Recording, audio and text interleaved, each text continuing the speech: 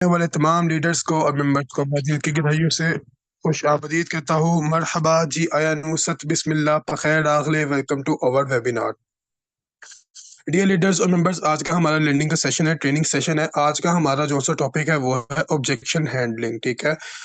जो से आपके जो से प्रोस्पेक्ट्स होते हैं, क्लाइंट्स होते हैं जो आप लोगों के साथ न्यू न्यू ज्वाइन करना चाहते हैं, मगर उनके कुछ क्वेश्चंस होते हैं। ठीक है। उनको आंसर किस तरह से करना होता है, कुछ स्पेसिफिक क्वेश्चन मैं लेकर आया हूं, और इसके बाद हम कोशिश करेंगे कि कहते हैं मैं अपने क्वेश्चंस को आंसर करने के बाद आप लोगों के माइक को अनम्यूट करवा कर आप लोगों से क्वेश्चन लूँ और आप लोगों के मसले मसाइल हल किए जाएँ। ठीक है। जो से आपके प्रोस्पेक्ट्स, आपके मेंबर्स आपसे क्वेश्चन पूछते हैं जिनको आपको आंसर करने में मुश्किल होती है, इंशाल्लाह हम उसका आपको सॉल्यूशन बताएंगे कि आप इस चीज़ का ये आंसर दे सकते हैं। ओके। सबसे रिक्वेस्ट करूंगा कि अपने पास एक पेन और एक पेपर या डायरी रेडी कर लें जिसके अंदर आप मीटिंग के इंपॉर्टेंट नोट्स लिखेंगे। ठीक है। अगर आपके माइंड में कोई क्वेश्चन है तो आप वो भी उसके ऊपर लिख लें। अगर आपको मौका मिले तो आपने हैंड रेज करना है, मैं आपका माइक अनम्यूट करूंगा और आपसे क्वेश्चन लेकर इंशाल्लाह आपके क्वेश्चन का आंसर करूंगा, और आपने उस क्वेश्चन के आंसर को भी लिख लेना है। ठीक है। लिख क्यों लेना है? ताकि खुदा न खास्ता अगर आपके माइंड से ये आंसर निकल जाए तो आपने अपने हाथों से अपनी डायरी के ऊपर लिखा होगा, तो आपको याद आ जाएगा कि ये चीज़ मैंने इस तरह से सीखी थी, मैंने इसका इस तरह से आंसर करना है। ठीक है। और कहते हैं मैं हमेशा एक बात करता हूँ कि लिखना पढ़ना बहुत ही ज़्यादा ज़रूरी है। अगर आप कामयाब बनना चाहते हैं, ठीक है, तो आपको उसके लिए भी एजुकेशन हासिल करना पड़ती है। अगर कोई डॉक्टर बनना चाहता है तो उसके लिए वो कहते हैं बायोलॉजी की बुक्स वगैरह पढ़ेगा, लिखेगा। ठीक है। टेस्ट वगैरह देगा, इम्तिहान वगैरह देगा, सेम एज इट इज़। अगर कोई इंजीनियर है तो वो इंजीनियरिंग की बुक्स वगैरह पढ़ेगा, एग्जाम्स वगैरह देगा, उसको पढ़ेगा, लिखेगा। ठीक है। इसी तरह से अगर आप सक्सेसफुल बनना चाहते हैं, कामयाब बनना चाहते हैं, तो आपको उसके लिए भी लिखना पड़ेगा, पढ़ना पड़ेगा। ठीक है। और कुरान पाक के अंदर सबसे पहली जो-सी आयत नाज़िल हुई थी वो क्या थी? नबी पाक सल्लल्लाहु अलैहि वसल्लम पर वही पे इक़रा, पढ़ो। ठीक है। तो पढ़ने के लिए आपके पास लिखना ज़रूरी है। ठीक है। नबी पाक क्या करते थे जब उनके ऊपर वही नाज़िल होती थी तो वो सहाबा के पास आकर उनको लिखवाते थे। ठीक है। ताकि फिर आगे जो है आने वाली जनरेशन्स हैं उनके अंदर वो तालीमात डिलीवर की जा सकें। ठीक है। तो इसलिए लिखने की अहमियत बहुत ही ज़्यादा है। उसके बाद फिर उसको लिख के पढ़ने की भी अहमियत है। अगर आप लिख लेते हैं मगर उसको पढ़ते नहीं हैं तो फिर कहते हैं और आप उसको यूज़ भी नहीं करते, आपके पास नॉलेज है बट कहते हैं आप उसको इम्प्लीमेंट नहीं कर रहे, तो विदाउट इम्प्लीमेंटेशन आपका नॉलेज भी फ़ज़ूल है। आप या तो आगे उसको डिलीवर नहीं कर रहे या किसी को सिखा नहीं रहे या उसको इस्तेमाल नहीं कर रहे, तो वो आपके पास नॉलेज होना भी बिल्कुल फ़ज़ूल है। ठीक है। अब हम बाकायदा इस मीटिंग का आगाज़ करते हैं। सबसे पहले हमारे पास आज का जो-सा ऑब्जेक्शन है वो है कि सर अगर हम यहाँ पे इन्वेस्टमेंट कर देते हैं तो ये जो-सी कंपनी है, ये जो-सा प्लेटफ़ॉर्म है, क्या ये स्कैम करके, फ्रॉड करके भाग तो नहीं जाएगा? ठीक है। चूँकि हम मेटाफ़ोर्स के अंदर काम कर रहे हैं, तो हम उसको अकॉर्डिंग टू मेटाफ़ोर्स ही आंसर करेंगे। ठीक है? कि वो इस चीज़ से किस तरह से सैटिस्फ़ाई हो जाए, उसका ये ऑब्जेक्शन क्लियर हो जाए कि आया मैं अगर यहाँ पे इन्वेस्टमेंट करता हूँ, तो यहाँ पे मेरी स इन्वेस्टमेंट सेफ़ एंड सिक्योर है, मेरे साथ स्कैम फ्रॉड नहीं होगा, कंपनी पैसा वग़ैरह मेरा लेके नहीं भागेगी। ठीक है? मेरा अकाउंट बैन नहीं होगा या मेरे ऊपर कोई रिस्ट्रिक्शंस नहीं लग जाएँगी वग़ैरह-वग़ैरह। तो आपके पास जो भी मेंबर आता है, जो भी प्रोस्पेक्ट आता है, जो आपसे ये क्वेश्चन करता है कि सर मेरी इन्वेस्टमेंट सेफ एंड सिक्योर है, तो आप उसको सिखाओ, उसको समझाओ कि मेटाफोर्स क्या है। अब आपने उसको बताना कि मेटाफोर्स एक टेक्नोलॉजी बेस्ड सिस्टम है। अब टेक्नोलॉजी को आपने समझना है, आपने उसको समझाना है कि अगर आप चाहें तो अपनी रिसर्च भी कर सकते हैं। जो से आपको मैं की पॉइंट्स बताऊँगा, आप क्या कर लें, आप गूगल के ऊपर, यूट्यूब के ऊपर जाकर या कोई भी टूल यूज़ करके जैसे कि चैट जीपीटी या कोई भी एआई का टूल यूज़ करके आप अपनी रिसर्च कर सकते हैं कि आया जो सी मैंने आपको बातें बताई हैं, क्या वो फर्ज़ी हैं या झूठ है या स्कैम तो नहीं है। ठीक है। या मैं आपसे कोई किसी 2 नंबर बात तो नहीं कर रहा, डबल शाह वाला काम तो नहीं कर रहा। तो आप उसको बताएँ कि मेटाफ़ोर्स कौन-सा है, वो एक टेक्नोलॉजी बेस्ड सिस्टम है। अब इसके अंदर टेक्नोलॉजी कौन-सी यूज़ की गई है, इसके अंदर है blockchain technology and decentralised smart contract. ठीक है? अब ब्लॉकचेन टेक्नोलॉजी के हवाले से बात कर लेते हैं थोड़ा-सा इसके अंदर। ब्लॉकचेन टेक्नोलॉजी बेसिकली है क्या? अब हम ब्लॉकचेन टेक्नोलॉजी को ना अ, 2 हिस्सों में डिवाइड करते हैं। ठीक है? ब्लॉक और चेन टेक्नोलॉजी कहते हैं सारा जो भी हमारा सिस्टम है वो सारा टेक्नोलॉजी बेस है, ये हमें पता चल गया। मगर अब ब्लॉकचेन को हमने डिवाइड करना है, व्हाट इज़ ब्लॉकचेन? तो ब्लॉकचेन जो-सी होती है ना, उसमें 2 चीज़ें अब आप लोगों ने माइंड में रखनी है, एक ब्लॉक्स और चेन। अब हमारा यहाँ पे जो सा डाटा होता है ना, वो डिफरेंट डिफरेंट ब्लॉक्स के अंदर डिवाइड होता है, ठीक है, उनकी कॉपीज उस ब्लॉक के अंदर मौजूद होती हैं, ठीक है। इस तरह से हमारा जो सा डाटा होता है वो डिफरेंट डिफरेंट सर्वर्स के ऊपर, डिफरेंट डिफरेंट कंप्यूटर्स के ऊपर, जो से हमारे पास सुपर कंप्यूटर्स होते हैं, वहाँ पे हमारा डाटा डिस्ट्रीब्यूट होया होता है ब्लॉक्स की शक्ल के अंदर। अभी जो से डिफरेंट डिफरेंट ब्लॉक्स होते हैं, डिफरेंट डिफरेंट सुपर कंप्यूटर्स होते हैं, या डिफरेंट डिफरेंट जो से सर्वर्स होते हैं, ये आपस में कनेक्टेड होते हैं, जुड़े हुए होते हैं, ठीक है। तो इससे क्या बन जाती है, एक चेन बन जाती है, इसलिए इसको ब्लॉक चेन कहा जाता है। अब ब्लॉकचेन के अंदर होता क्या है, ब्लॉकचेन टेक्नोलॉजी, अब ये बहुत ही ज्यादा एडवांस टेक्नोलॉजी है, ठीक है। फ्यूचर के अंदर भी इसी टेक्नोलॉजी के ऊपर वर्क हो रहा है, और इवन कि अगर मैं पाकिस्तान के अंदर भी बात कर लूं, तो आने वाला जो सा बैंकिंग का निज़ाम है वो भी ब्लॉकचेन टेक्नोलॉजी के ऊपर होगा। अब ब्लॉकचेन टेक्नोलॉजी के ऊपर होता क्या है, सबसे पहले यहाँ पे 100% ट्रांसपेरेंसी होती है, यहाँ पे कोई चीज़ ढकी छुपी नहीं होती, कोई भी चीज़ आप ब्लॉकचेन की वेबसाइट के ऊपर जाकर, ठीक है, अगर आप मेटाफोर्स के अंदर काम करें, तो हमारा जो सा मेटाफोर्स है ये पॉलीगॉन की ब्लॉकचेन के ऊपर काम कर रहा है। तो आप पॉलीगॉन स्कैन की वेबसाइट के ऊपर जाएंगे, वहां पे जाके आप सर्च कर सकते हैं कि आया ये ट्रांजैक्शंस किसने कहाँ पे किस तरह से की थी, कितनी की थी, किस टाइम पे की थी, किस दिन की थी, ठीक है। वहां पे 100% ट्रांसपेरेंसी होती है, कोई भी चीज ढकी छुपी नहीं होती। साथ ही साथ इसके अंदर क्या होता है, इसके अंदर जो सा आपका डाटा होता है वो दुनिया के अंदर जब तक इंटरनेट मौजूद है, ठीक है, वो डिलीट नहीं किया जा सकता, खत्म नहीं किया जा सकता। क्यों? क्योंकि उसकी different different copies different different servers के अंदर मौजूद है, और इसको हैक भी नहीं किया जा सकता। है किस तरह से नहीं किया जा सकता, अभी जो सी टेक्नोलॉजी है, ठीक है, इसके अंदर होता क्या है कि अगर कोई पर्सन, लेट्स सपोज कोई स्कैमर है, ठीक है, वो इसको हैक करने की, कोई हैकर है जो इसको हैक करने की कोशिश करता है। अब हमारा जो सा डाटा है, ठीक है, वो डिफरेंट डिफरेंट ब्लॉक्स के ऊपर डिवाइड है, ठीक है, और सारे के सारे आपस में कनेक्टेड है। अब जितने भी सारे सर्वर्स हैं, हैकर क्या करेगा, हैकर सबको एक फाइल सेंड करेगा, ठीक है। अब ब्लॉकचेन के अंदर होगा क्या, जब तक, अगर मिसाल के तौर पे फर्ज कर लेते हैं 100 कंप्यूटर्स हैं, 100 सर्वर्स हैं, ये मैं आपको सिर्फ एक एग्जांपल के तौर पे समझा रहा हूँ, वरना millions of servers, millions of blocks के अंदर हमारा डाटा डिवाइड होता है। अब हैकर उस फाइल को सेंड करेगा, अगर किसी एक सर्वर ने भी, किसी एक कंप्यूटर ने भी वो डिटेक्ट कर लिया कि कहते हैं सर ये फाइल हार्मफुल है, तो वो क्या करेगा, वो उसको रिजेक्ट कर देगा।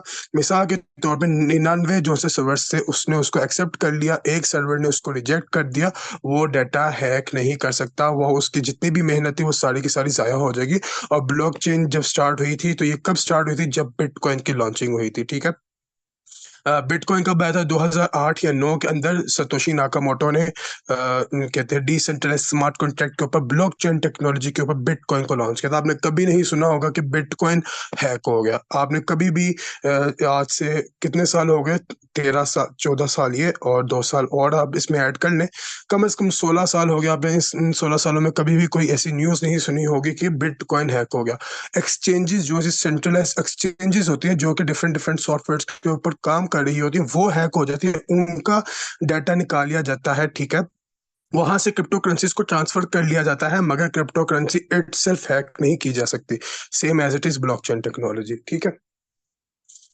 इस तरह से ये चीज़ उनको कंफर्म हो गई कि भाई यहाँ पे मेरा डाटा सेफ एंड सिक्योर है, उसको ख़त्म भी नहीं किया जा सकता।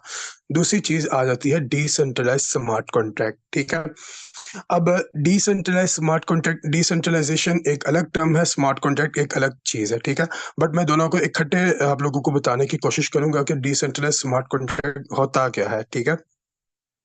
अब डिसेंट्रलाइज स्मार्ट कॉन्ट्रैक्ट से मुराद ये है कि जो सा सिस्टम, जो प्लेटफॉर्म बना दिया जा चुका है, ठीक है, जो सी चीज बन गई है, अब उसके अंदर कोई तब्दीली नहीं लाई जा सकती, ठीक है। तब्दीली कोई क्यों नहीं लाई जा सकती, क्योंकि उसका जो सा स्मार्ट कॉन्ट्रैक्ट है, उसका जो सा बैकएंड के ऊपर उसके ऊपर वर्क किया गया, ठीक है। अगर यहाँ पे कोई कंप्यूटर का शौकीन लोग बैठे हुए हैं, या कहते हैं काफी सारे स्टूडेंट्स भी होंगे, तो उसके अंदर आप एक टर्म पढ़ते हैं, रोम, रीड ओनली मेमोरी, जिसकी फुल फॉर्म होती है, उसके अंदर क्या होता है, आप उसके अंदर जो भी सॉफ्टवेयर बना दिया जा चुका है रीड ओनली मेमोरी के अंदर, आप उसको डिलीट नहीं कर सकते, आप उसको इरेज नहीं कर सकते। जो बन गया सो बन गया, ठीक है। अब उसको खत्म करने का कोई जरिया नहीं है। सेम एज इट इज जो सा डिसेंट्रलाइज स्मार्ट कॉन्ट्रैक्ट होता है, ठीक है, इसको सिर्फ और सिर्फ रीड तो किया जा सकता है, इसको देखा तो जा सकता है, मगर इसके अंदर कोई तब्दीली नहीं लाई जा सकती, ठीक है। ये मतलब होता है डिसेंट्रलाइज्ड स्मार्ट कॉन्ट्रैक्ट का। इसको और भी ज़्यादा हम डीपली डिफाइन कर सकते हैं, और जो सा डिसेंट्रलाइज्ड स्मार्ट कॉन्ट्रैक्ट होता है और ब्लॉकचेन टेक्नोलॉजी होती है, इसका चोली दामन का साथ है। मतलब क्या, कि जहाँ पे आपको ब्लॉकचेन टेक्नोलॉजी मिलेगी वहाँ पे आपको डिसेंट्रलाइज्ड स्मार्ट कॉन्ट्रैक्ट भी मोस्टली मिलेगा। जहाँ पे आपको डिसेंट्रलाइज्ड स्मार्ट कॉन्ट्रैक्ट मिलेगा, इसका मतलब है कि वहाँ पे 100% ब्लॉकचेन टेक्नोलॉजी इन्वॉल्व होगी, ठीक है। तो ये दोनों हमेशा आपको साथ साथ नजर आएंगे, ये दोनों कभी भी अलग नहीं होंगे। तो इससे हमें ये चीज़ भी पता चल गई कि जो सा डिसेंट्रलाइज्ड स्मार्ट कॉन्ट्रैक्ट है वो भी कब तक कहते हैं है, जब तक दुनिया के अंदर इंटरनेट मौजूद है, इसके अंदर कोई तब्दीली नहीं लाई जा सकती और ये वाला प्लेटफॉर्म बंद नहीं किया जा सकता, ठीक है। और अब आपने यहाँ पे अपने कस्टमर को ये बात समझा कर, अपने क्लाइंट को ये बात समझा कर आप उसको कह सकते हैं कि सर, ये जो सी मैंने आपको बातें की हैं, ये जाके आप अपने इंटरनेट के ऊपर रिसर्च कर लें कि मैंने आपको ये जो सी चीज़ें बताई हैं blockchain technology and smart contract, decentralised smart contract के हवाले से, तो आया इसमें कोई झूठ है या मैं दो नंबर बात तो नहीं कर रहा। अगर तो आपको हकीकत नज़र आए तो आपको आपका आंसर मिल चुका है। तो आप हमारे साथ अब इस बिज़नेस का आगाज़ कर सकते हैं, ठीक है। अच्छा, अब यहाँ पे हमें एक और क्वेश्चन दिया गया था सर समीर खान यूसुफजई की तरफ से मुझे हलाल हराम के ऊपर। एक दफ़ा मैं यहाँ पे अपना व्हाट्सएप ओपन कर लूँ कंफर्मेशन के लिए। Just a second.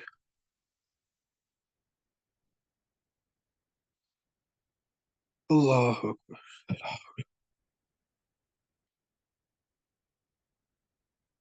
One second. जी, तो हलाल हराम के हवाले से बात कर लेते हैं, ठीक है। ये मैंने कल एक काफ़ी ज़्यादा डिटेल वॉइस भी आप लोगों को सेंड की थी ग्रुप के अंदर, एक नेटवर्क मार्केटिंग के ऊपर और एक क्रिप्टो करेंसी के ऊपर, कि लोग कहते हैं कि नेटवर्क मार्केटिंग हराम है और क्रिप्टो करेंसी हराम है, ठीक है। सबसे पहले हम नेटवर्क मार्केटिंग के हवाले से बात कर लेते हैं, ठीक है। इसको मैंने कहते हैं पहले भी एक दफ़ा Q&A सेशन के अंदर काफ़ी डीपली हमने डिस्कस किया था नेटवर्क मार्केटिंग के हवाले से। अब जो सी नेटवर्क मार्केटिंग है ना, नेटवर्क मार्केटिंग इटसेल्फ हराम नहीं है, ठीक है। नेटवर्क मार्केटिंग एक कारोबार है, नेटवर्क मार्केटिंग एक बिजनेस है, ठीक है। एक साइंटिफिक मॉडल है, एक बिजनेस है जो दुनिया के अंदर इसके ऊपर लोग पैसे कमा रहे हैं। अब सिर्फ और सिर्फ ये एक तरीका नहीं है दुनिया के अंदर पैसे कमाने का, इसके अंदर इसके अलावा और भी बहुत सारे तरीके हैं, ठीक है। मगर कहते हैं हम एक चीज अगर नोट करें, ठीक है, जितने भी बिजनेसेस हैं, जितने भी कारोबार हैं, जब तक वहां पे आपके पास कस्टमर नहीं होगा, क्लाइंट नहीं होगा, जब तक आपकी प्रोडक्ट सेल नहीं होगी, ठीक है, आप उस बिजनेस से प्रॉफिट हासिल नहीं कर सकते। चाहे वो ऑनलाइन बिजनेस है, चाहे वो फिजिकल बिजनेस है, जिस तरह का मर्जी बिजनेस है। अगर कोई सर्विसेज का भी बिजनेस है तो वहां पे भी आपको कस्टमर क्लाइंट की नीड होगी, और वहां पे भी आप जब तक अपनी सर्विसेज प्रोवाइड नहीं करोगे वहां पे आप अर्निंग नहीं कर सकते, ठीक है। कहते हैं नेटवर्क मार्केटिंग हर जगह पे मौजूद है, मगर इसको समझने की हम लोग कहते हैं अक्सर लोग गलती कर जाते हैं।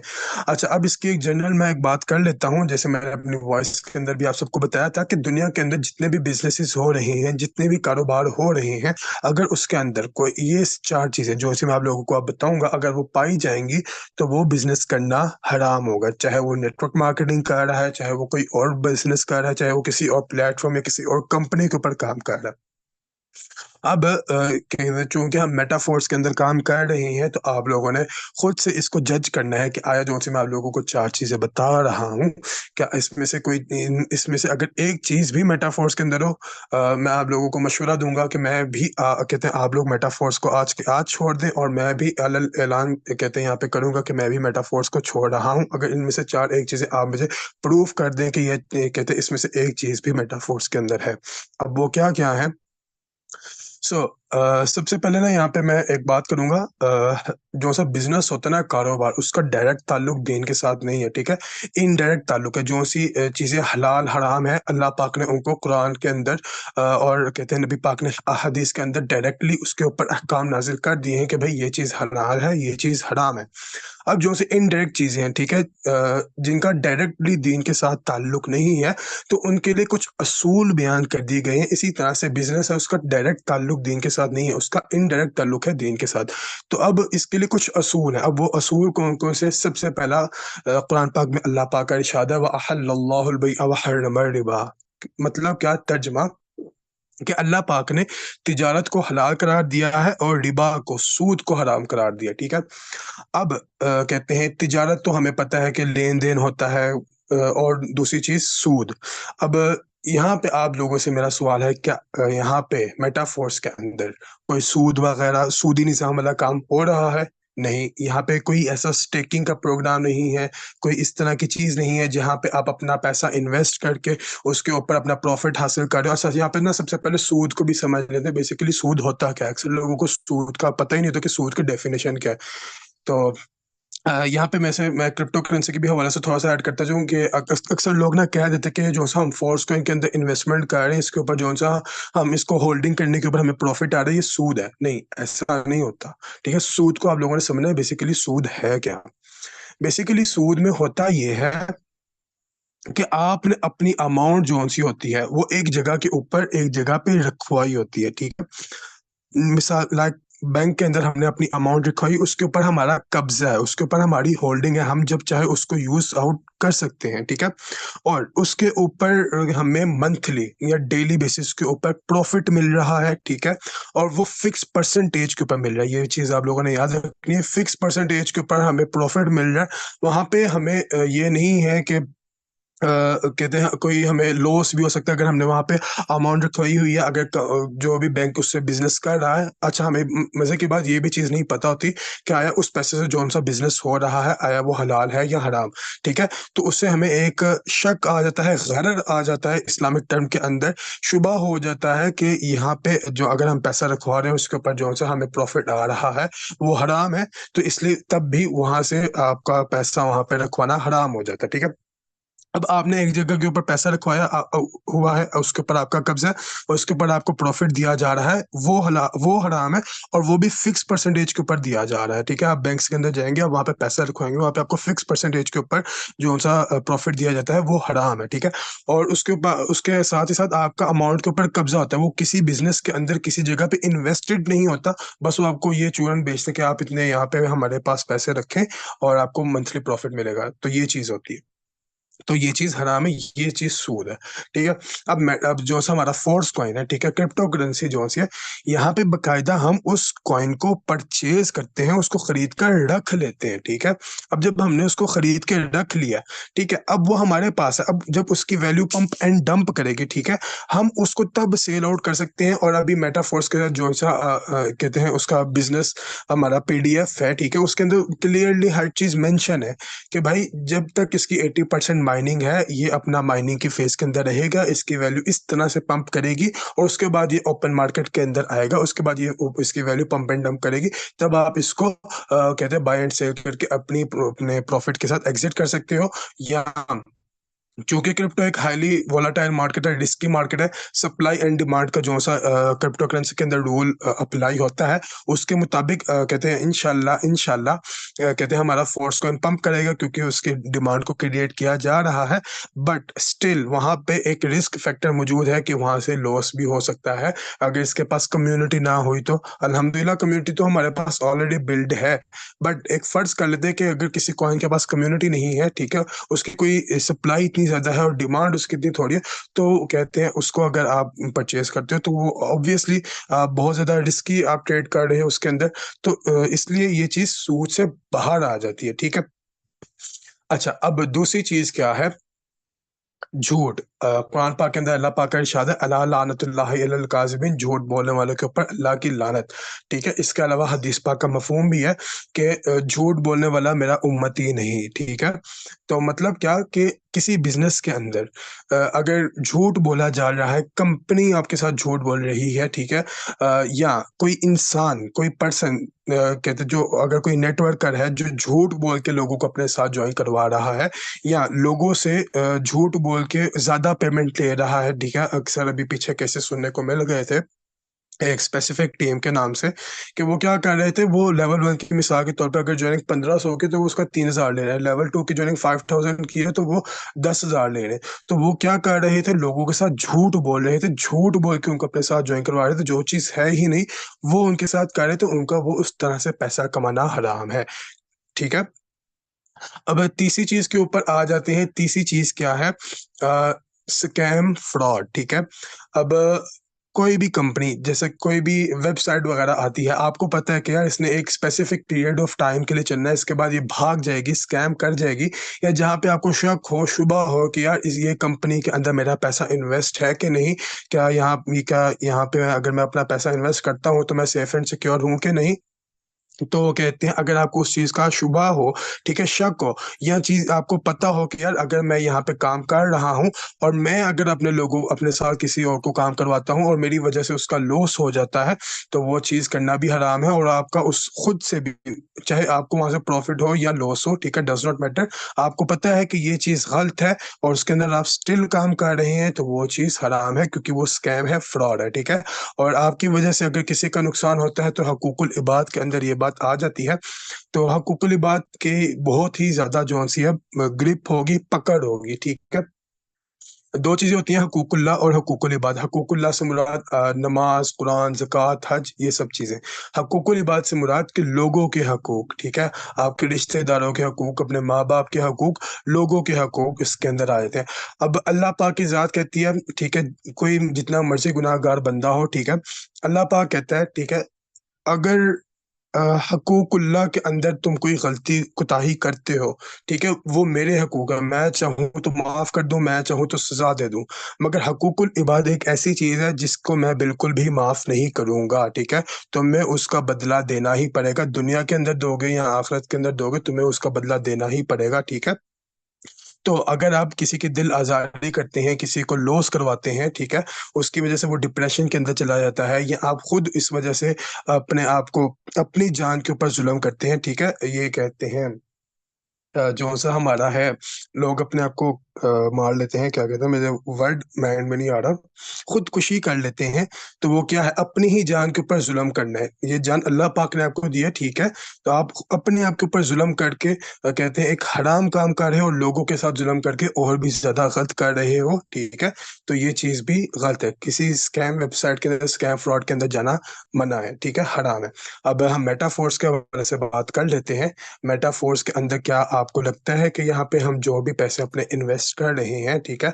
लेवल्स को एक्टिवेट कर रहे हैं कि ये प्लेटफ़ॉर्म बंद हो जाएगा या ये प्लेटफ़ॉर्म स्कैम कर जाएगा। मैंने आपको पहले बता दिया डिसेंट्रलाइज़ेशन के बारे में, ब्लॉकचेन टेक्नोलॉजी के हवाले से। तो यहाँ से हमें चीज़ पता चल गई कि यार ये चीज़ स्कैम फ्रॉड तो नहीं है। यहाँ पे अगर हम पैसा अपना इन्वेस्ट कर रहे हैं और यहाँ पे हम मेहनत करते हैं, सीख कर काम करते हैं, तो यहाँ से कामयाब बन सकते हैं, ठीक है? चौथी चीज़ आ जाती है जुआ, सट्टाबाज़ी। जुआ क्या होता है, सट्टाबाज़ी क्या होती है? आपने अपना पैसा किसी चीज़ के ऊपर बेट लगाई, आपने किसी के साथ शर्त लगाई, शर्त क्या, कि मिसाल के तौर पे क्रिकेट की मिसाल लेते हैं, बहुत ही ज़्यादा आम है, ख़ास तौर पे पाकिस्तान के अंदर और एशियन कंट्रीज़ के अंदर, और इसके बाद फिर मैं क्रिप्टो करेंसी के अंदर भी आप लोगों को इसके बारे में बताऊँगा। कि इस ओवर के अंदर अगर इस बैट्समैन ये वाला आउट हो गया या इतने रन हो गए, ठीक है? अगर जो-सी मैं प्रिडिक्शन कर रहा हूँ कि आया ये जो-सी मेरी प्रिडिक्शन है ये सच साबित हो गई, तो मेरा पैसा क्या हो जाएगा, डबल हो जाएगा, 3 गुना हो जाएगा, 4 गुना हो जाएगा, 5 गुना हो जाएगा। और अगर मेरी जो-सी प्रिडिक्शन है, जो-सी मैं कर रहा हूँ, अगर वो गलत हो जाती है, जो जो-सा मैंने पैसा लगाया था वो पैसा डूब जाएगा, मुझे उसमें से 1 रुपया भी वापस नहीं मिलेगा। तो ये चीज़ आ जाती है जुए के अंदर, सट्टेबाज़ी के अंदर। क्रिप्टो करेंसी के अंदर जो-सी हमारे पास फीचर ट्रेडिंग होती है या फ्यूचर ट्रेडिंग जो-सी होती है या मार्जिन ट्रेडिंग, ऑप्शन ट्रेडिंग, उसके अंदर हम क्या कर रहे होते हैं, ठीक है? मैं यहाँ पे स्पेसिफिक अब नाम लेके हिट भी करूँगा, ये जो-से शहज़ाद वट्टू वाले हैं, टीम वॉरियर्स वाले हैं। उन्होंने क्या कहते हैं आजकल मार्केट के अंदर चौंचना स्टार्ट किया क्योंकि मेटा ट्रेडिंग के नाम से उन्होंने बायनेंस के ऊपर लोगों को फीचर ट्रेडिंग करा रहे हैं। तो वो हराम है, वो जुआ है, वो सट्टाबाज़ी है, ठीक है? वो किस तरह से कि वहाँ पे आप लोग क्या करते हो, वहाँ पे आप लोग प्रिडिक्शन करते हो, ठीक है? कि आया जो से मैं यहाँ पे ट्रेड लगा रहा हूँ, ये ऊपर जाएगी या नीचे, लॉन्ग जाएगा या शॉर्ट जाएगा, ठीक है? अगर आपकी कहते हैं ट्रेड सही लग जाती है, तो आप कहते हैं वहाँ से डबल कमा लेते हो और अगर आपने वहाँ से कहते हैं आपकी ट्रेड गलत लग जाती है, तो आप लिक्विडेट हो जाते हो, आपका सरमाया ज़ीरो हो जाता है, नल हो जाता है, आपको लॉस हो जाता है। तो ये होती है जुआ, सट्टाबाज़ी। और मेटाफोर्स के अंदर मेरा आपसे क्वेश्चन है कि क्या ऐसा कोई सिस्टम मौजूद है, सट्टाबाज़ी वाला, जुए वाला? नो। अच्छा, आप क्रिप्टो करेंसी के भी हवाले से बात कर लेते हैं कि लोग काफ़ी ये अच्छा यहाँ अभी पीछे मैंने आपको नेटवर्क मार्केटिंग के हवाले से बताया कि नेटवर्क मार्केटिंग हलाल है या हराम। 4 चीज़ें थी, मैं अगेन रिपीट कर दूँ। पहली चीज़ रिबा, सूद। अगर उसके अंदर सूद है, तो वो हराम है। कोई पर्सन सूद वाला काम कर रहा है, तो उसके लिए वो काम करना हराम है, इससे कंपनी के ऊपर इफ़ेक्ट नहीं पड़ेगा। दूसरी चीज़ झूठ। अगर कंपनी आपसे झूठ बोल रही है, तो उस कंपनी के अंदर आपको पता चल गया कि ये चीज़ झूठ है, गलत है, आप उसके अंदर काम कर रहे हो, तो वो चीज़ गलत है, हराम है। ठीक है? अगर कोई पर्सन खुद से झूठ बोल के काम करवा रहा है या कर रहा है, ठीक है? तो उसका वो काम करना हराम है, इससे कंपनी के ऊपर, प्लेटफ़ॉर्म के ऊपर फ़र्क नहीं पड़ेगा। ठीक है? तीसरी चीज़ स्कैम फ्रॉड। मैंने आपको बता दिया, अगर आप खुद लोगों के साथ स्कैम फ्रॉड कर रहे हो, तो आपका वो काम करना हराम है। अगर आपको पता है कि स्कैम वेबसाइट है, स्कैम प्लेटफ़ॉर्म है, तो उसके ऊपर काम करना हराम है। अगर कोई पर्सन खुद से इस तरह से काम कर रहा है, तो उसके लिए वो काम करना हराम है, इससे प्लेटफ़ॉर्म के ऊपर फ़र्क नहीं पड़ेगा। चौथी चीज़ जुआ, सट्टाबाज़ी। अगर आप खुद से जुआ लगा रहे हो, तो आपका खुद से जुआ लगाना हराम है, खुद से जुआ लगाना गलत है, ठीक है? प्लेटफ़ॉर्म के अंदर ये चीज़ मौजूद नहीं है, ठीक है? अच्छा, वैसे यहाँ पे ना एक चीज़ फ़र्ज़ कर लेते हैं, मिसाल के तौर पे अगर यहाँ पे ट्रेडिंग की ऑप्शन हमें आ भी जाती है, जो कि फ्यूचर के अंदर आएगी भी, स्पॉट ट्रेड। अब ये मैं इंशाल्लाह क्रिप्टो करेंसी के अंदर जाके आप लोगों को बताऊँगा, या स्टेकिंग का जो-सा प्रोग्राम आएगा। अब कहते हैं अगर आप खुद से वो काम कर रहे हो, तो आपका वो काम करना हराम है, इससे प्लेटफ़ॉर्म के ऊपर फ़र्क नहीं पड़ता। ये बात आप लोगों ने याद रखनी है। ठीक है? अच्छा, अब क्रिप्टो करेंसी के हवाले से बात कर लेते हैं। अब सेम जो से 4 असूल मैंने आप लोगों को बताए थे क्रिप्टो करेंसी के हवाले से, अब आपने सेम वही 4 असूल क्रिप्टो करेंसी के ऊपर अप्लाई करनी है। फर्स्ट चीज़, क्रिप्टो करेंसी को सबसे पहले हम समझ लेते हैं बेसिकली क्रिप्टो करेंसी है क्या? लोगों ने क्रिप्टो करेंसी को कुछ समझा ही नहीं हुआ, उसका कोई वजूद मानते ही नहीं है, ठीक है? सबसे पहले मैं यहाँ पे एवोल्यूशन ऑफ मनी के हवाले से बात करूँगा। एवोल्यूशन ऑफ मनी क्या है? सबसे पहले दुनिया के अंदर आपको पता है कि पैसा, रुपया, गोल्ड मौजूद नहीं था, तो वहाँ पे क्या होता था? बार्टर सिस्टम होता था। चीज़ों के बदले में चीज़ें तब्दील की जाती थी।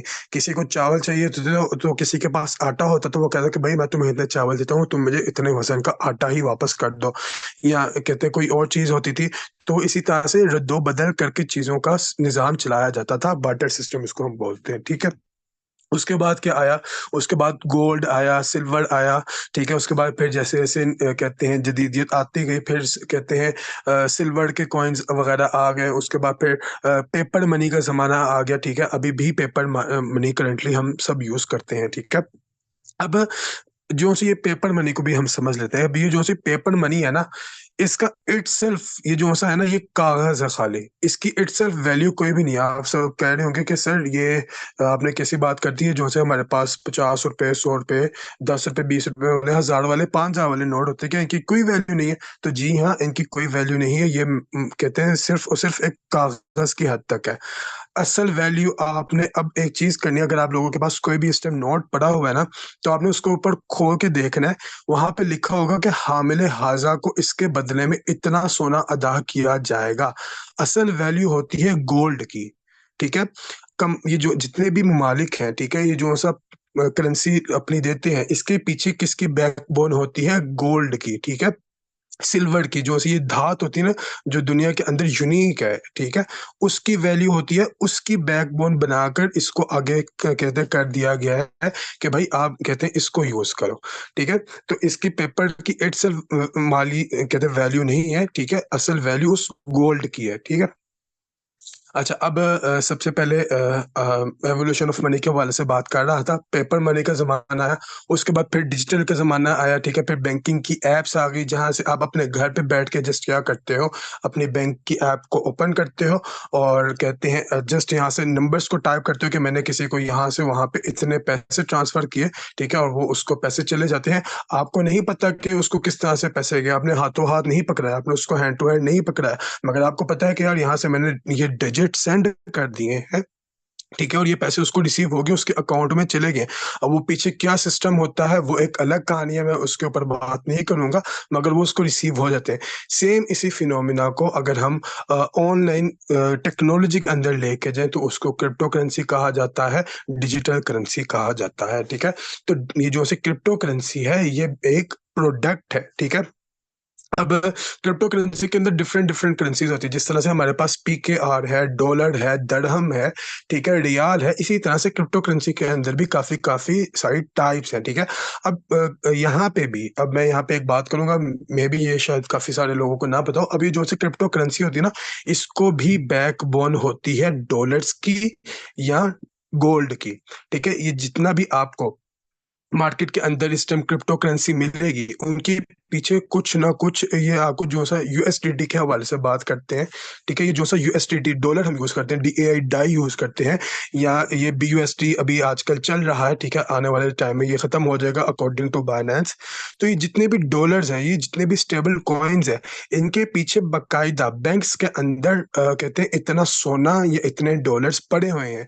ये इनके पीछे बैकबोन है, तो ये मार्केट के अंदर चल रहे हैं। अदरवाइज ये कहते हैं यूएसडीटी जो सा होता है, या ये जो से स्टेबल कॉइन्स होते हैं, ये इसके अलावा वर्क नहीं कर सकते। इसके काफ़ी सारी यानी कि और लीगली आपको डॉक्यूमेंट्स वगैरह भी बनाने पड़ते हैं अगर आप काम वगैरह कर रहे हैं, ठीक है? मैं इतना डीप में नहीं जाऊँगा, अभी आप लोगों को जस्ट ऊपर-ऊपर से समझ लें। तो इसी तरह से क्रिप्टो करेंसी की भी बैकबोन होती है डॉलर्स की, गोल्ड की, ठीक है? तो ये बाकायदा ये एक प्रोडक्ट है। अच्छा, अब कहते हैं ये बात आ गई, अब हमने क्रिप्टो करेंसी को समझ लिया, क्रिप्टो करेंसी क्या है। अब आप क्रिप्टो करेंसी के ऊपर अप्लाई करें, क्या इसके अंदर सूद है? नहीं, क्रिप्टो करेंसी एक प्रोडक्ट है, हमें पता चल गया ये सूद नहीं है, ठीक है?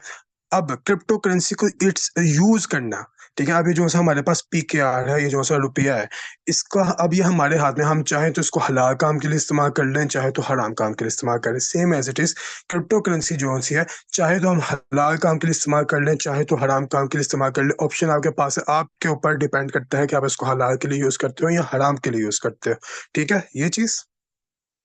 अच्छा, अब ये हमें पता चल गया प्रोडक्ट है। दूसरी चीज़ झूठ। क्रिप्टो करेंसी के अंदर क्या झूठ है? मैंने आपको क्रिप्टो करेंसी के हवाले से बता दिया कि यार ये इस तरह से प्रोडक्ट है, ये इस तरह से निज़ाम होता है। इसकी बैकबोन के ऊपर इस तरह से सरमाया मौजूद है, डॉलर्स मौजूद हैं, गोल्ड मौजूद है, तो इसके अंदर कोई भी झूठ नहीं है। तीसरी चीज़ स्कैम, फ्रॉड। अब जितनी भी क्रिप्टो करेंसीज़ दुनिया के अंदर मौजूद हैं, bitcoin, Ethereum, BNB, polygon, matic, हमारा अपना फोर्स कॉइन, जितने भी सारे मौजूद हैं, ठीक है? ये डिसेंट्रलाइज्ड स्मार्ट कॉन्ट्रैक्ट के ऊपर बेस्ड है और ब्लॉकचेन टेक्नोलॉजी के ऊपर है। तो यहाँ से हमें पता चल गया कि यार ये चीज़ स्कैम फ्रॉड नहीं है, ठीक है? चौथी चीज़ जुआ, सट्टाबाज़ी। अब क्रिप्टो करेंसी के अंदर सिर्फ़ और सिर्फ़ 2 तरह की ट्रेडिंग्स हलाल हैं, ठीक है? ये बात सारे खान खुल के सुन लें कि क्रिप्टो करेंसी के अंदर सिर्फ़ 2 तरह की ट्रेडिंग्स, 2 तरह की तिजारत हलाल है। कौन-कौन सी? एक स्पॉट ट्रेडिंग, जहाँ पे आप कहते हैं क्रिप्टो करेंसी को परचेज़ करके अपने होल्डिंग के अंदर ले आते हो। अब आपके ऊपर होता है कि जब इसकी वैल्यू पंप करेगी तब मैंने सेल करना है, या आपको नीड है और उसकी वैल्यू थोड़ी-सी नीचे जा रही है, मगर आप फिर भी उसको कहते हैं सेल करके निकल आते हो, ये आपके ऊपर होता है। इसकी मिसाल मैं इस तरह से दूँगा, मिसाल के तौर पे आप लोगों ने डॉलर्स खरीद कर अपने पास रख लिए हैं, ठीक है? अब आपको पता है पाकिस्तान के अंदर डॉलर की जो-सी वैल्यू है वो ऊपर-नीचे होती रहती है। अब अगर वैल्यू ऊपर चली जाती है, आप उसको बेच देते हो, आपको पीकेआर मिल जाएगा, आप प्रॉफ़िट में चले जाओगे। अगर उसकी वैल्यू गिर जाती है, आप फिर जाकर डॉलर को सेल करते हो, आपको लॉस होगा। वो आपकी चीज़ थी, आपने उसको बेच दिया, आपको उसके पैसे मिल गए, ठीक है? ये आपका कहते हैं तिजारत का जो-सा था ना, व अहल्लल्लाहुल बैअ व हर्रम रिबा के कानून के तहत, कि तिजारत को हलाल करार दिया गया और सूद को हराम करार दिया गया है। तो इसके अंदर हमने तिजारत की है, हमने यहाँ पे कोई सूदी वगैरह वाला काम नहीं किया, ठीक है? दूसरी चीज़ P to P trading person to person trading भी इसको बोलते हैं, या इसको एक्सचेंजिंग भी बोलते हैं, ठीक है।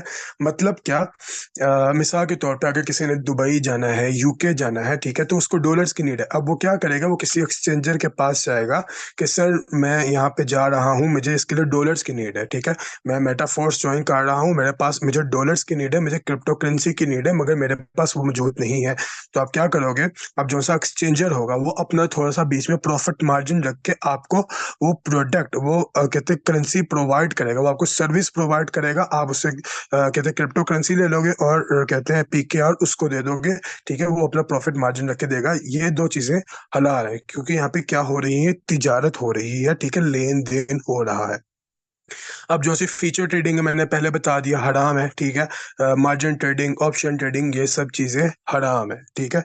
उम्मीद करता हूँ कि हलाल हराम के हवाले से और नेटवर्क मार्केटिंग के हवाले से और क्रिप्टो करेंसी के हवाले से आप लोगों को ये सब चीजें क्लियर हो गई होंगी कि क्या चीज हमें किस तरह से मुवाजना कर सकते हैं, ठीक है। ये जितनी भी मैंने चीजें आपको बताई हैं, ठीक है, ये कि कोई भी आम इंसान, ठीक है, जो पढ़ा लिखा ना भी हो, ठीक है, अगर आप उसको भी इतना खोल के खुले अल्फाज में बताएंगे तो वो भी समझ जाएगा कि आया ये काम सही है या गलत, या जिस जगह पे मैं काम करने जा रहा हूँ वो सही है या गलत, ठीक है। तो उम्मीद करता हूँ कि यहाँ तक आप लोगों को ये चीजें समझ आ गई होंगी। अब हम Q&A सेशन की तरफ आते हैं, ठीक है। आपके जो भी ऑब्जेक्शंस हो, ठीक है, कुछ भी आप पूछना चाहिए, आपके आपके कहते हैं मेंबर्स जो होते हैं आपसे क्वेश्चंस वगैरह करते हैं कि सर हमें इस चीज़ के हवाले से बताएं, या कहते हैं हलाल हराम का मैंने आपको बता दिया, या कोई भी क्वेश्चन करते हैं कि काम क्या करना होगा या कोई और चीज़, तो आप पूछ सकते हैं, ठीक है। मैं यहाँ पे हैंड्स को क्लियर कर रहा हूँ। अब आप लोगों ने क्या करना है, अपने हैंड्स को राइज करना है, ठीक है, और मैं यहाँ पे फिर आप लोगों से क्वेश्चंस लूंगा।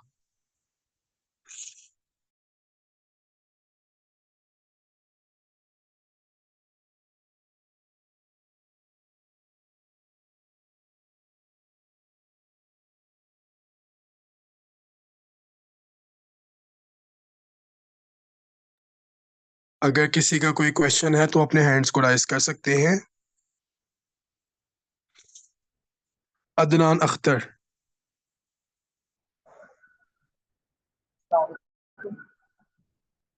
वालेकुम अस्सलाम जी ब्रदर, कैसे हैं आप?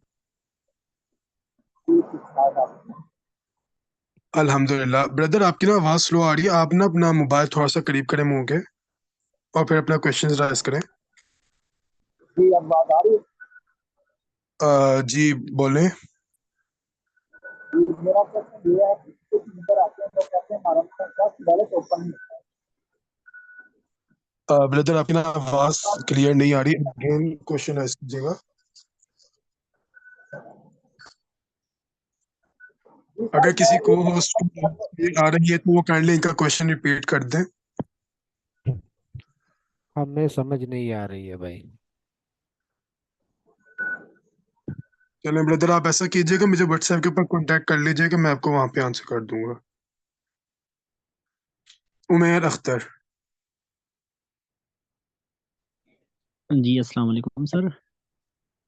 वालेकुम अस्सलाम, कैसे हैं आप? जी अल्लाह पाक का शुक्र है सर, आप मैं से ठीक है आपकी। अल्हम्दुलिल्लाह, अल्लाह पाक का लाख लाख एहसान शुक्र। जी ब्रदर, क्वेश्चन करें। मेरा क्वेश्चन ये है कि सर जी ये जो ट्रस्ट वॉलेट का जब बंदा अकाउंट बनाता है, हाँ जी। जब बंदा काम करता है, मतलब कि देखो ना कि इसमें काम का जो मतलब मेन पॉइंट होता है हम्म, इसका क्या होता है काम करने का। अ, काम करना क्या होता है, बेसिकली आप ये पूछना चाह रहे हो? जी जी सर जी। तो कहते हैं काम, मैंने आपको वैसे बताया, आप वैसे मेरे ख्याल से आपने नया नया ज्वाइन किया है, आपने मेरा बिजनेस सेशन अटेंड किया था, या किसी भी लीडर का आपने बिजनेस सेशन अटेंड किया था? नहीं नहीं सर जी, मैं न्यू आया हूँ। अच्छा, न्यू है, ठीक है। आपने ना कहते हैं कल जो सा हमारा बिजनेस सेशन होगा ना, वो आपने लाजमी अटेंड करना है। उसके अंदर ना इंशाल्लाह आपको कहते हैं काफी ज्यादा अच्छी तरह से समझ आ जाएगी। बाकी मैं आपका यहाँ पे ना आंसर कर देता हूँ, ठीक है। जी हम जिस इंडस्ट्री के अंदर काम कर रहे हैं, जिस फील्ड के अंदर काम कर रहे हैं, इसको एफिलिएट मार्केटिंग भी कहते हैं, इसको नेटवर्क मार्केटिंग भी कहते हैं, ठीक है। अब इस जी इंडस्ट्री के अंदर होता क्या है, यहाँ पे आप सर्विसेज प्रोवाइड करते हो, ठीक है। अब सर्विसेज काफ़ी तरह की हो सकती हैं, ठीक है। सर्विसेज आप यहाँ पे कोई प्रोडक्ट सेल कर सकते हो, या लोगों को फाइनेंशियली इंडिपेंडेंट बनाने में हेल्प आउट कर सकते हो, ठीक है। अब हमारा मेटाफोर्स के अंदर बेसिकली क्या है, यहाँ पे हम करते हैं मार्केटिंग, ठीक है। मार्केटिंग कहाँ पे, सोशल मीडियाज के ऊपर, फेसबुक, इंस्टाग्राम, ट्विटर, लिंक्डइन, ठीक है। जितने भी हमारे पास सोशल मीडिया के प्लेटफॉर्म्स हैं, ठीक है, जिसको हम डेली अपनी लाइफ के अंदर यूज करते हैं। कुछ भी नया काम नहीं है, करना वही है जो हम करते आ रहे हैं, ठीक है। मगर हमने उसको लोगों को इस तरह से यूज करना सिखाना है कि वो उससे पैसे कमा सकें, ठीक है। अब वो पैसे किस तरह से कमा सकते हैं, मेटाफोर्स के अकॉर्डिंग टू बिजनेस मॉडल।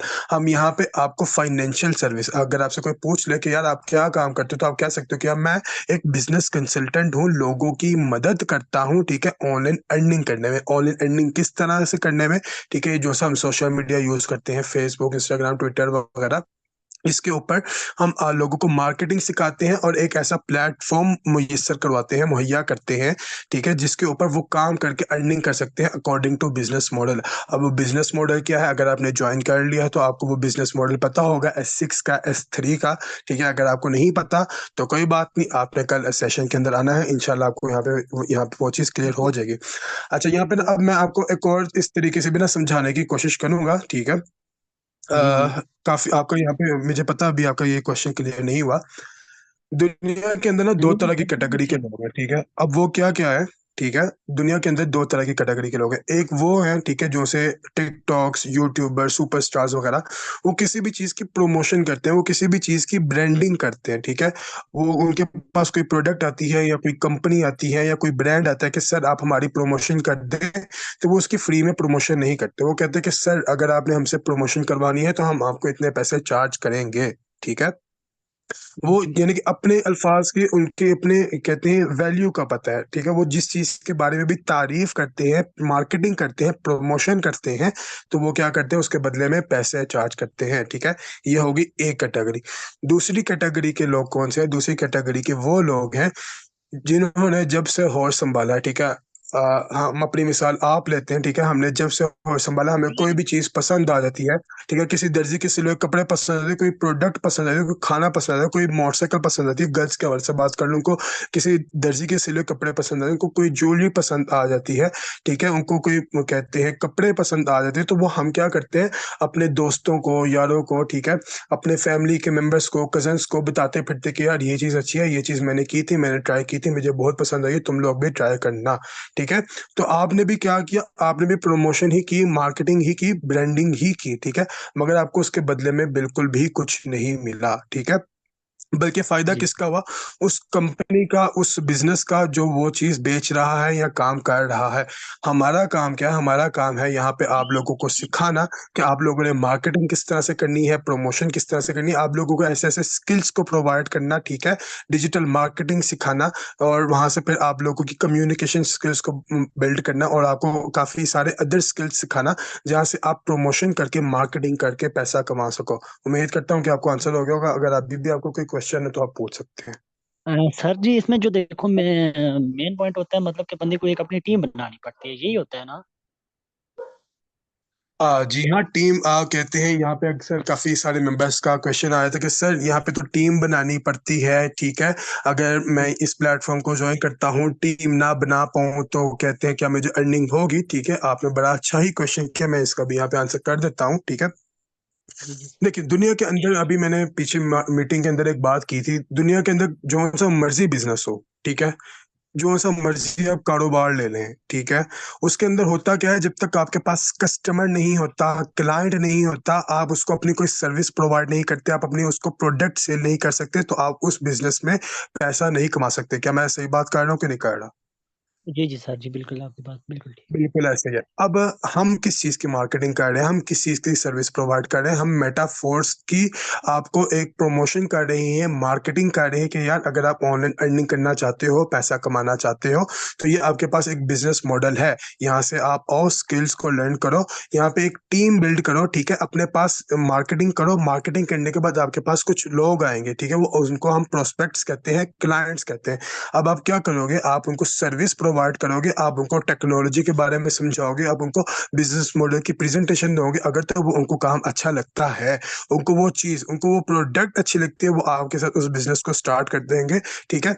अब दूसरी कंपनियों, दूसरी प्लेटफॉर्म्स के अंदर क्या होता है, आपने वहां से प्रोडक्ट खरीद ली या आपने उसके अंदर पैसा डाल दिया, ठीक है, आपका काम खत्म हो गया, ठीक है। आपको वो चीज मिल गई। अब यहाँ पे क्या हुआ, आपने मेटाफोर्स के अंदर आए, आपने उसको प्रेजेंटेशन ली, आपको पसंद आ गया, आपने मेटाफोर्स के अंदर पैसे इन्वेस्ट कर दिए, ठीक है। अब यहाँ तक बात हो गई खत्म। अब अगर आपने इससे फायदा उठाना है, आपको वो चीज पसंद आई है, हम आपको सिखा रहे हैं कि भाई आपने इसके आगे प्रमोशन करनी है, ठीक है। यहाँ पे अब आपने टीम बिल्ड करनी है। अगर आपको कोई प्रोडक्ट मिल जाए, अब आप उसको इस्तेमाल करो ना करो वो आपकी मर्जी है, ठीक है। अगर आप उसको इस्तेमाल करते हो, आप अपने फायदे के लिए उसको यूज करते हो, ठीक है, आप उससे बेनिफिट उठा सकते हो। अगर आप उसको यूज नहीं करते, आप उसको एक जगह पे पड़े रहने देते हो, तो इसमें आपका कहते हैं अपना राय है कि आप उसको इस्तेमाल करना है कि नहीं करना, ठीक है। जी जी अच्छा, सर। अब टीम बनाने के हवाले से बात कर लूं तो जो सर टीम बनाने वाला सिलसिला है, ठीक है, काफी सारे कहेंगे कि सर हम मेटाफोर्स को स्टार्ट तो कर लेते हैं, मगर अगर हमसे टीम ना बनी तो ब्रदर कहते हैं दुनिया के अंदर कोई भी काम मुश्किल नहीं है, ठीक है, सॉरी, आसान नहीं है, ठीक है। मैं इस बात को 110% एग्री करता हूँ, ठीक है। हर काम मुश्किल होता है, मगर मेन चीज होती है आपकी माइंडसेट की, आपकी मेंटेलिटी की। अगर आप उस चीज को सीख जाते हो, ठीक है, अगर आप बगैर सीखे ऑब्वियसली काम करोगे तो आप फेल होगे। अगर आप पैसा कमाना चाहते हो तो उसके लिए आपको मेहनत करना पड़ेगी। दुनिया के अंदर जितने भी काम हो रहे हैं, आप बगैर मेहनत के कहते हैं पैसा नहीं कमा सकते।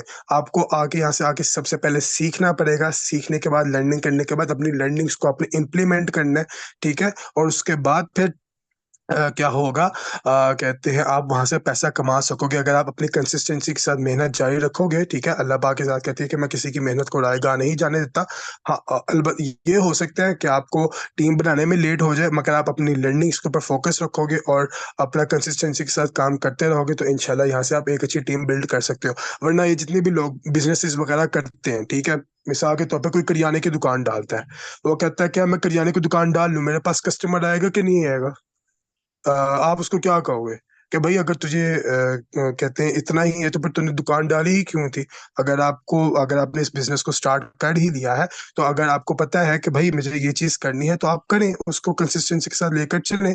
यहाँ से फिर कहते हैं आपका कहते हैं उस बंदे का, कहते हैं अगर वो उस करियाने की दुकान डाल देता है और करियाने की दुकान डालने के बाद, ठीक है, वो उस दुकान को ओपन ही नहीं करता, ठीक है, उसके पास कहाँ से कस्टमर आएगा, कहाँ से क्लाइंट आएगा, वो कहाँ से अपने प्रोडक्ट बेच के प्रॉफिट हासिल करेगा। समझ आई जी आपको जी बात। जी जी सर जी। ठीक हो गया। हम्म। जी। सर जी अगर आप अ, तो अब और क्वेश्चन करूँ, बस लास्ट लास्ट क्वेश्चन होगा मेरा। जी जी। सर जी ये जो लेवल होता है, लेवल 1 होता है और लेवल 3 होता है जो, ठीक है।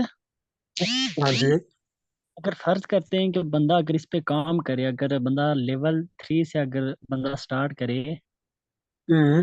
तो अपनी टीम बनाए। फर्ज करते हैं कि अगर हम लेवल 3 पे अगर बंदे लगाते हैं, ठीक है। अगर जो हमारे ठीक है। हमारे पास आने वाले बंदे हैं ना, वो अगर हमको बोलेंगे हम लेवल 1 से स्टार्ट करेंगे, फिर इसका क्या होगा? आप कोई मसले वाली बात नहीं है, आपने उनको मशवरा दिया कि यार आप लेवल 3 से स्टार्ट कर लो, मगर वो कहते हैं कि हमारे पास अभी इतनी इन्वेस्टमेंट नहीं है, ठीक है, हम काम करके अर्निंग करके अपने लेवल्स को अपग्रेड कर लेंगे, तो आप उसको लेवल 1 से करवा सकते हो। क्यों? क्योंकि आपके पास लेवल 1 भी है, लेवल 2 भी है, लेवल 3 भी है, आपके पास कहते हैं उनकी एक्सेस है। या तो होना आपके पास नहीं हो तो आप उनको नहीं करवा सकते, आप उनको करवा सकते हैं, आप उनको करवाएं। जी सर जी, ठीक हो गया, बड़ी मेहरबानी, बहुत शुक्रिया सर जी आप। बस यही क्वेश्चन थे मेरे सर। ओके, ठीक हो ओके। गया। लास्ट क्वेश्चन लेंगे इस मीटिंग का। दाऊद रजा।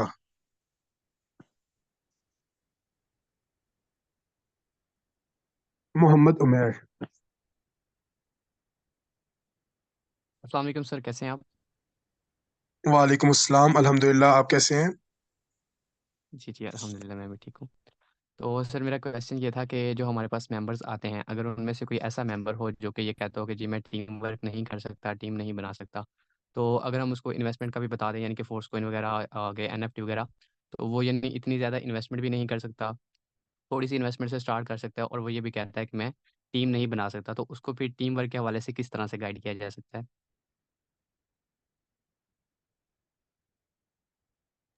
वो मेंबर कहता है कि मैं टीम बना ही नहीं सकता, या मैंने ये काम करना ही नहीं है।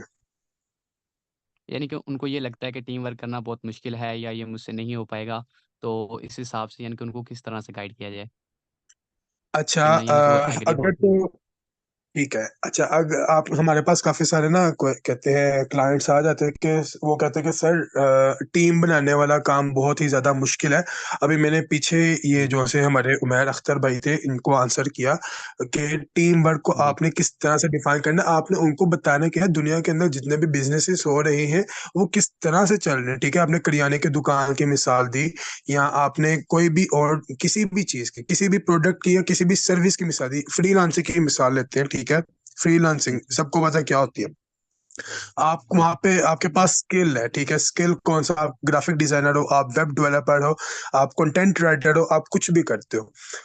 जब आपके पास जी। स्किल है, मगर जब तक आपके पास क्लाइंट नहीं है, कस्टमर नहीं है जो आपको आगे प्रोजेक्ट डिलीवर करे और आप फिर उसके प्रोजेक्ट के ऊपर काम करो, तब तक आप वहां से पैसा कमा नहीं सकते।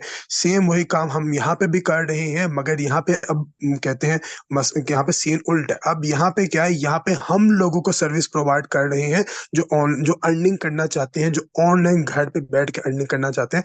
हम उनको कहते हैं ऐसे तरीके सिखा रहे हैं कि लोग आपके पास खुद चलकर आए कि सर हमें बताएं हमें क्या काम करना होगा। आपके पास कोई मेंबर आता है, वो कहता है कि यार मुझसे टीम बिल्ड नहीं होती, लोगों की तल्ले मिलते नहीं होती, मैं लोगों को जाके मैसेज नहीं कर सकता। तो उसको बोलो कि भाई हमने ये काम करना भी नहीं है, हम यंगस्टर्स हैं, ठीक है। हमें किसी के साथ लोगों के साथ चिपकना भी पसंद नहीं। काम होता है दो तरीकों से, एक होता है प्रोफेशनल और एक होता है अनप्रोफेशनल। नेटवर्क मार्केटिंग की इंडस्ट्री के अंदर जो सा हमारा काम होता है, ठीक है, अनप्रोफेशनल वर्क को यहाँ पे च्युइंगम मार्केटिंग कहते हैं, लोगों के साथ चिपक जाना वगैरह। और दूसरा काम होता है प्रोफेशनल काम करना। प्रोफेशनली काम किस तरह से होता है, जिसको हम मैग्नेटिक मार्केटिंग बोलते हैं, कि लोग आपके पास खुद आते हैं आपके साथ बिजनेस स्टार्ट करने। वो किस तरह से, आप उसको ये चीज बोल दो कि यार अगर हम आपको ये चीज सिखाएं कि लोग आपके पास खुद चलकर आए, ठीक है। आप कहते आपको किसी के पास नहीं जाना पड़ेगा, आपके पास लोग खुद आए और आप उनको टीच एंड गाइड करो, तो क्या आप ये काम कर लोगे? अगर तो वो कहे यस मैं कर लूंगा, अगर आप मुझे इस तरह का काम सिखाते हो, तो हम कहते हैं मैं इजिली कर लूंगा, तो आप उसको बोले कि चलें मोस्ट वेलकम, फिर आप इस बिजनेस का हमारे साथ आगाज करें। अगर वो कहे कि यार ये मैंने काम करना ही नहीं है, ठीक है, तो उसको बोलो कि फिर एक काम करो, कटोरा पकड़ो और जाके फिर गली में शुरू हो जाओ या मस्जिद के बाद जाके बैठ जाओ। क्योंकि उसके अंदर भी इन्वेस्टमेंट है, ठीक है। उसके अंदर कुछ भी नहीं करना, जाके कटोरा पकड़ना है, खरीदना है, ठीक है। इन्वेस्टमेंट आपकी हो गई। अब आपने मेहनत करनी है, जाके लोगों के पास जाना है और वो कहते हैं उनके आगे कटोरा कर देना, वो आपको दे दें तो ठीक। इसके अलावा और आप दुनिया के अंदर क्या काम करोगे? ठीक है, या तो क्या कर लोगे, जॉब कर लोगे। जॉब के लिए भी आपकी लाखों की इन्वेस्टमेंट जाती है, ठीक है। जो सा आप 12 साल 16 साल 20 साल अपनी डिग्री के ऊपर लगाते हो, ठीक है। अपने माँ बाप का पैसा लगवाते हो, उसके बाद जाके फिर आपकी जॉब लगती है। और ऊपर से अगर पाकिस्तान के हवाले से बात कर लें, तो यहाँ पे जॉब लगना आपको खुद पता है कि यहाँ पे डिग्री होल्डर्स पीएचडी के लोग धक्के खाते पेड़ हैं। क्यों? क्योंकि उनके पास एक्सपीरियंस नहीं है। वो कहते हैं कि सर आप हमें जॉब देंगे तो हमारे पास एक्सपीरियंस आएगा, तो फिर हम कहते हैं यहाँ से कुछ कर पाएंगे ना। तो वो एक रेड रेस के अंदर फंसे हैं। दूसरा मैंने आपको बता दिया, सेल्फ एम्प्लॉयमेंट वाली कैटेगरी। आप अपने करियाने की दुकान डाल रहे हो, खुद की इन्वेस्टमेंट कर रहे हो, ठीक है। अब आपने उस दुकान को खोलोगे तो पैसा कमाओगे, आपके पास कस्टमर आएगा, क्लाइंट आएगा तो पैसा कमाओगे।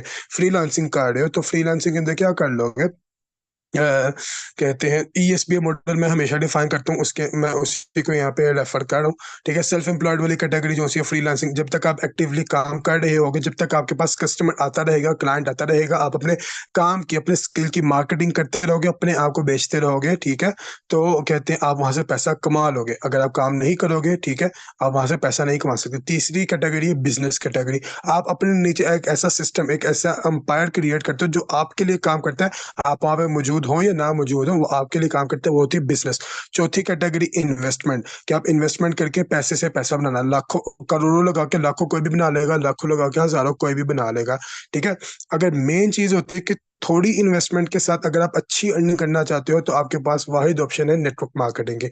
अगर आप कहते हो कि मैंने नेटवर्क मार्केटिंग नहीं करनी है, मेरे पास इन्वेस्टमेंट भी थोड़ी है और मैंने ये काम भी नहीं करना, तो उसको फिर आप बोल दे कि भाई आप दुनिया के अंदर ये 4 तरीके हैं, आप इन 4 तरीकों में से किस कैटेगरी के ऊपर फिट हो रहे हैं मुझे समझ नहीं आ रही, तो आप ऐसा कर लें, जाके कटोरा पकड़ लें।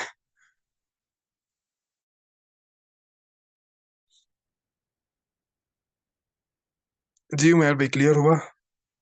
जी, जी सर, आपका बहुत-बहुत शुक्रिया। एक्चुअली मैं मेरा माइक जो है वो म्यूट हो गया था, इसलिए मैं बोल नहीं सका। तो बाकी आपका बहुत शुक्रिया। क्लियर हो गया आपको ये टीम बनाने वाला आंसर? जी, जी सर, क्लियर हो गया, बहुत शुक्रिया।